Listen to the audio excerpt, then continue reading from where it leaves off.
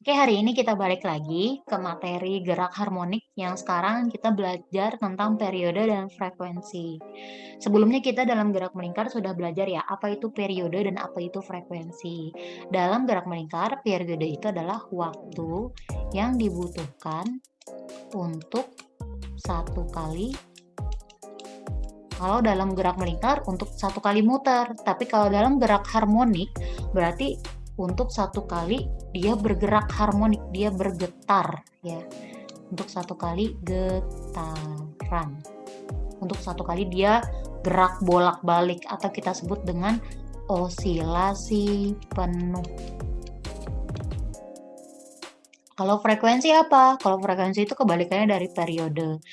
Frekuensi itu berapa getaran atau banyaknya getaran dalam satu waktu. Waktunya itu biasanya detik. Dalam satuan waktu, dalam satu detik. Jadi dalam satu detik berapa kali dia bergetar atau berapa kali dia berosilasi bolak-baliknya. Tuh, itu periode dan frekuensi dalam gerak harmonik. Periode simbolnya T. Satuannya adalah second. Frekuensi simbolnya F kecil dan satuannya adalah hertz. Masih ingat gak dengan gaya pemulih, persamaan simpangan, kecepatan, dan percepatan dalam gerak harmonik? Kemarin kita sudah belajar ya, gaya pemulih pada pegas. Apa sih gaya pemulih itu? Gaya pemulih itu adalah gaya yang membuat dia balik lagi. Gaya yang buat balik lagi ke keadaan setimbang. Ini adalah gaya pemulih. Jadi ketika dia pegas, misalnya dia ditarik oleh sebuah benda atau kita tarik si pegasnya, itu dia akan balik lagi ke keadaan semulanya. Atau ketika pulpen misalnya kita tekan ya atasnya itu, kita cetek pulpen, ketika kita tekan dia akan nanti balik lagi ke keadaan semulanya. Itu adalah gaya pemulih. Nah, gaya pemulih pada pegas bisa kita tulis gini, gaya itu kan simbolnya F kan, P kita tambahin pemulih, ceritanya ini adalah gaya pemulih. Pada pegas itu adalah min KY, di mana K-nya ini adalah konstanta pegas, nilainya sudah diketahui biasanya dengan satuan M per M, Newton per meter. Y ini adalah simpangan pegasnya. Berapa meter dia menyimpang ya, satuannya meter. Kalau pegasnya dia menyimpang di sumbu Y berarti min KY, tapi kalau misalnya pegasnya ditarik ke kanan atau ke kiri berarti dia ada di sumbu X, min KX. Jadi ini bisa, simpangannya bisa kita ganti dengan huruf Y atau huruf X ya, tergantung dia menyimpang di sumbu Y atau di sumbu X. Sekarang kita ke gaya pemulih bandul atau pendulum. Kemarin gaya pemulih bandul atau pendulum. Kenapa pendulum bisa balik lagi ke gaya setimbangnya? Itu karena gaya berat di sumbu X, di mana nilainya itu adalah min mg sin theta. Ini adalah gaya pemulih di bandul. Kenapa ada minusnya? Karena ini selalu berlawanan arah dengan arah geraknya. Persamaan simpangan. Berapa meter dia menyimpang dari keadaan setimbangnya? Simpangannya kemarin saya pakai Y ya. Y sama dengan simpangan maksimum sin omega T. Di mana A ini adalah amplitudo. Amplitudo adalah simpangan maksimum. Paling maksimal banget dia menyimpang tuh amplitudo. Satuannya adalah meter simpangan ini. Kemudian kecepatannya, kecepatan GHS sama dengan omega A cos omega T. Satuannya meter per sekon.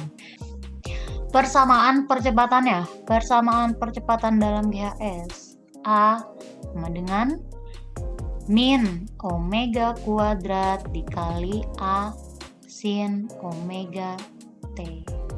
Satuannya meter per sekon kuadrat. Coba kalian perhatikan. A sin omega T. Ini sama kan dengan persamaan simpangan A sin omega T. Berarti ini bisa kita tulis juga min omega kuadrat dikali Y atau dikali simpangannya. Ini adalah persamaan percepatan. Ini kalau dia menyimpang di sumbu Y. Bagaimana kalau dia menyimpang di sumbu X? Ya sama aja. Kita tinggal ganti min omega kuadrat dikali X. Ini adalah simpangan di sumbu Y. Ini adalah dia menyimpang di sumbu X. Kita masuk ke materi intinya. Periode dan frekuensi dalam pegas. Coba perhatikan video berikut ini. Nah, ini adalah contoh dari pegas ya. Saya pengen memberikan ilustrasi satu periode dalam pegas itu tuh kayak gimana sih? Ini ketika pegasnya itu ditarik oleh si bendanya ini. Berat benda. Ini nih garis-garis biru ini adalah setimbangnya. Titik setimbangnya. Dia kalau nggak ada benda, dia di sini nih si pegas. Ketika dia ditarik oleh berat benda, nah dia akan bergerak naik turun naik turun naik turun. Ya, kita slow motionin. Nah, ketika dia turun, kemudian dia ke setimbangnya lagi dan menyimpang lagi, balik lagi ke setimbang dan menyimpang lagi, balik lagi ke setimbang, terus aja begini. Ini adalah gerak harmonik ya. Ini disebut dengan gerak harmonik. Nah, satu periode itu seperti apa? Satu periode itu kalau misalnya nih kita ngitungnya dari titik setimbangnya. Misalnya gini nih. Ini titik setimbangnya nih ya. Nah, ini dia setimbang, dia ke bawah, dia balik lagi ke setimbang, dia menyimpang lagi, dan balik lagi ke setimbang. Ini adalah satu periode. Atau bisa kita tulis misalnya, titik setimbangnya ini adalah titik 0. Menyimpangnya ini kalau yang ke atas ini kita tulis A, menyimpang ke bawah ini kita tulis B. Berarti yang disebut dengan satu periode itu dari titik setimbang, nah kemudian dia ke bawah ya, ini ke bawah ke titik B, kemudian dia balik lagi ke titik setimbangnya dan dia menyimpang lagi sampai titik A dan akhirnya dia balik lagi ke titik setimbangnya. Ini adalah satu periode, satu kali getaran, satu kali osilasi penuh. Bu, boleh nggak kalau misalnya saya ngitungnya bukan dari titik 0, tapi dari titik A? Oh, boleh. Dari titik A ini, boleh.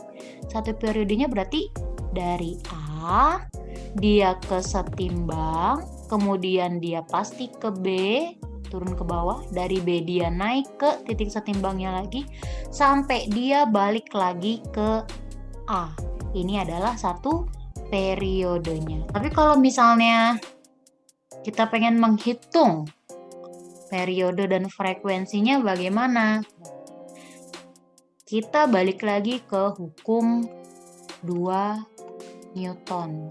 Di mana hukum 2 Newton itu adalah sigma F sama dengan M dikali A.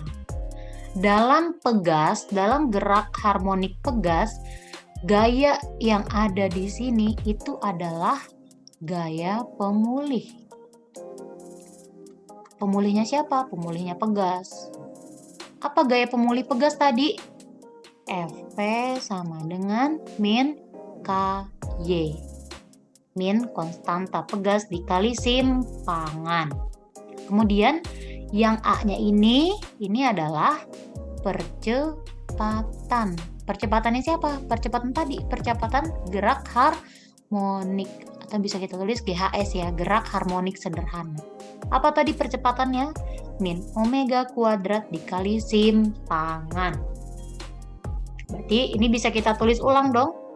Sigma F-nya kita ganti ini.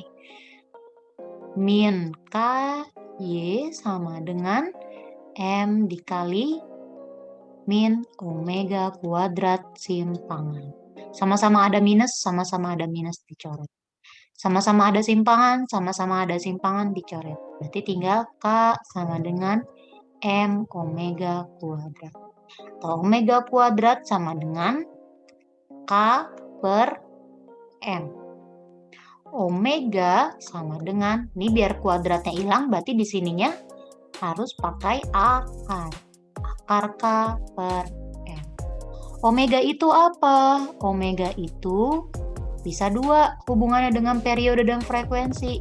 Omega sama dengan 2pi per T atau omega sama dengan 2pi F. Berarti untuk mencari apa dulu nih, mau periode dan frekuensi? Saya frekuensi dulu deh. Untuk mencari frekuensinya, berarti kita bisa pakai ini nih. Omeganya kita ganti jadi 2πf. Ya, untuk mencari frekuensi. 2πf sama dengan akar K per M. Jadi frekuensi sama dengan akar K per M dibagi 2pi. Atau nih 2pi-nya kita sendiri ini. Frekuensi sama dengan 1 per 2pi kali K per M. Sama aja ya, atas sama ini sama aja ini. Ini adalah frekuensinya. Untuk periode gimana? Periode, hubungannya periode dan frekuensi. Periode itu 1 per F atau F itu 1 per T. Inilah hubungannya. Berarti ini bisa kita langsung balik aja. Periode itu kebalikannya dari frekuensi. Berarti ini 2pi, yang ini M per K. Ini adalah periodenya. Masuk ke contoh soal, sebuah benda dengan masa 4 kilo, diketahui masanya 4 kilo, udah SI ya, satuan internasional, digantungkan pada sebuah pegas yang tetapan pegasnya, berarti ini adalah K, tetapan pegasnya atau konstanta pegas, 100 Newton per meter. Berapakah periode dan frekuensi getan pegas jika pada pegas diberi simpangan? Maksudnya tadi ditarik dan dilepas. Yang ditanya adalah periode dan frekuensi. Kita coba jawab langsung saja. Yang A, periode. Periode dalam pegas itu 2pi M per K. 2pi masanya adalah 4, K-nya adalah 100. 2pi, nah ini 4 ini akar dari 4 bisa kita keluarin kan? Akar dari 4 itu adalah 2. Akar dari 100 itu adalah 10. Bisa kita coret jadi 5. Jadi ini ke sini ya. T sama dengan 2 per 5 pi. Atau 2 per 5 itu 0,4 pi. Satuannya second. Ini adalah periodenya. Nyari frekuensinya gimana? Frekuensi itu sama dengan 1 per T. Langsung berarti F sama dengan 1 per 0,4 pi-nya jangan ketinggalan ya. Nah, karena T itu adalah 0,4 pi. Berarti ini adalah 2,5 per pi Hertz. Kalau misalnya dipilih soal pilihan ganda itu ABCD-nya itu ada pi, berarti pi-nya nggak usah kalian apa-apain, nggak usah kalian bagi, nggak usah kalian kali, udah pi aja tulis. Tapi kalau misalnya di soal itu nggak ada pi-nya, berarti pi-nya harus kalian ubah menjadi 3,14. Sekarang kita masuk ke periode dan frekuensi pada bandul atau pendulum. Perhatikan video berikut. Nah, ini adalah contoh pendulum nih. Ini adalah pendulumnya atau bandulnya. Kemudian nanti kita akan tarik ya, sehingga nanti dia bisa bergerak harmonik, bolak-balik. Tuh. Pendulum ini akan kita tarik sebesar 20 derajat ya ceritanya. Nah, ini nih, ini adalah keadaan di mana dia paling maksimal, dia menyimpang maksimal. Ya. Maksimalnya di sini sama aja dengan maksimalnya di sebelah kiri, sama ya. Ini dari keadaan setimbang, kemudian dia ke paling maksimal sebelah kiri, balik lagi ke setimbang, menyimpang lagi maksimal di sebelah kanan, balik lagi dia ke setimbang. Ini disebut dengan satu periode. Jadi kalau misalnya kita tulis tadi seperti tadi, di sini titik setimbangnya titik 0, ini titik A, ini titik B ya. Satu periode itu kalau kita hitung dari titik setimbang berarti titik setimbang ke simpangan A, kemudian dia balik lagi ke setimbang, kemudian dia ke menyimpang yang B, dan dia balik lagi ke titik setimbang. Ini adalah satu periode. Tapi kalau misalnya kita pengen menghitungnya dari titik A, boleh dari keadaan menyimpangnya dia. Dari titik A, dia kembali ke setimbang, kemudian dia menyimpang lagi ke B, balik lagi ke setimbang, sampai akhirnya dia balik lagi menyimpang di A. Ini adalah satu periode. Sama kayak tadi, untuk mencari periode dan frekuensi, untuk menghitungnya ya, kita bisa dengan hukum 2 Newton. Hukum 2 Newton itu adalah sigma F sama dengan M dikali A, di mana gaya ini adalah gaya pemulih. Gaya pemulihnya siapa? Karena kita lagi ngomongin bandul atau pendulum, ya berarti gaya pemulihnya si bandul atau pendulum. Apa gaya pemulihnya bandul? Fp sama dengan min mg sin theta. Nah, tapi perlu diketahui nih, sin tetanya ini berapa ya? Coba perhatikan, ini bandul dalam keadaan setimbang. Kemudian dia ditarik sampai dia menyimpang. Nah, ini titik maksimal dia menyimpangnya. Ini sudutnya. Kalau misalnya sudutnya sangat kecil ya, sudut sangat kecil. Ini kan simpangannya dia ya, posisi dia menyimpangnya nih. Nah, dalam busur nih sebenarnya. Kalau sudutnya sangat kecil, ini simpangannya bisa kita tulis dalam sumbu X aja. Jadi harusnya dia berbentuk busur seperti ini, tapi karena sudutnya sangat kecil, nah jadi dia nggak berbentuk busur. Dia simpangannya di garis sumbu X.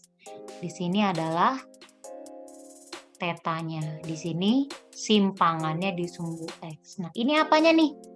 Ini adalah panjang talinya, ya kan? Bandul itu kan kita ikat bandul pada sebuah tali kan, tali, rantai, apapun lah ya. Ini adalah talinya. Talinya ini memiliki panjang, atau kita bisa tulis L, panjang talinya. Nah, ini pelajaran matematika nih. Berarti sin theta ini bisa kita cari dari sini. Sin sama dengan depan miring. Depannya apa? Depannya sudut. Depannya adalah X. Miringnya apa? Miringnya adalah L, panjang tali.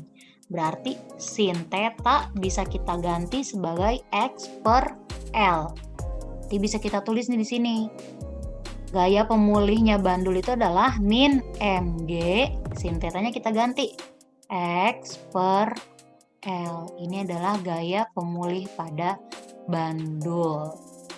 Nah, balik lagi ke hukum 2 Newton. Sigma F sama dengan M dikali A. Di mana A-nya ini masih sama kayak tadi. A-nya ini adalah percepatan dalam gerak harmoni.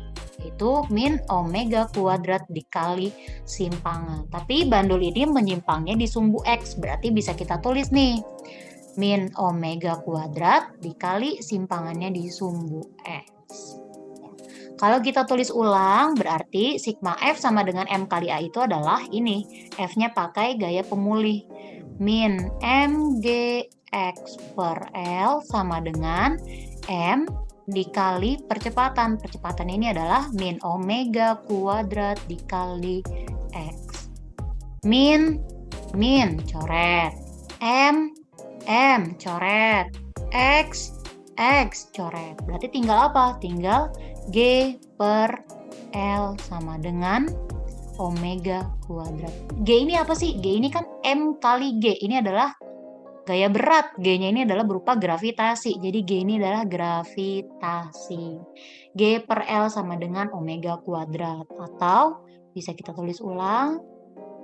Omega sama dengan, biar kuadratnya hilang, G per L. Sama kayak tadi. Omega itu hubungannya dengan periode frekuensi adalah omega sama dengan 2pi per T. Atau omega sama dengan 2pi F. Kita cari frekuensinya dulu deh. Frekuensinya berarti 2pi F sama dengan akar G per L. Frekuensi sama dengan akar G per L dibagi 2pi atau 1 per 2pi akar G per L. Inilah frekuensi dalam bandul atau pendulum. Kalau misalnya periode tadi apa? Periode itu hubungannya dengan frekuensi 1 per F atau frekuensi itu 1 per T. Kebalikannya. Berarti ini kebalikannya nih, periode itu dari frekuensi. 2pi akar L per G. Inilah periodenya. Masuk ke contoh soal. Sebuah bandul sederhana mempunyai massa sebesar 100 gram. Diketahui massanya 100 gram. Belum SI kan? Belum satuan internasional. Berarti jadiin ke kilogram. 0,1 kilogram. Jika bandul tersebut digantung pada seutas tali sepanjang. Berarti ini adalah L-nya. Panjang tali. L sama dengan 40 cm. Belum SI juga, ganti ke meter, 0,4 meter. Dan digetarkan secara harmonik. Tentukan periode dan frekuensinya. Gravitasinya nilainya 10 meter per sekon kuadrat. Yang ditanya adalah periode dan frekuensi. Kita coba jawab. Ya, periode. Periode dalam bandul itu 2pi L per G, di mana L-nya ini adalah 0,4, G-nya 10. 2pi 0,4 dibagi 10 itu adalah 0,04. Akar 0,04 itu adalah 0,2. 2 dikali 0,2, 0,4 pi. Satuannya second. Ini adalah periodenya. Frekuensinya gimana? Frekuensinya tinggal 1 per T. Frekuensi sama dengan 1 per 0,4 pi. Sama dengan 2,5 per pi Hertz.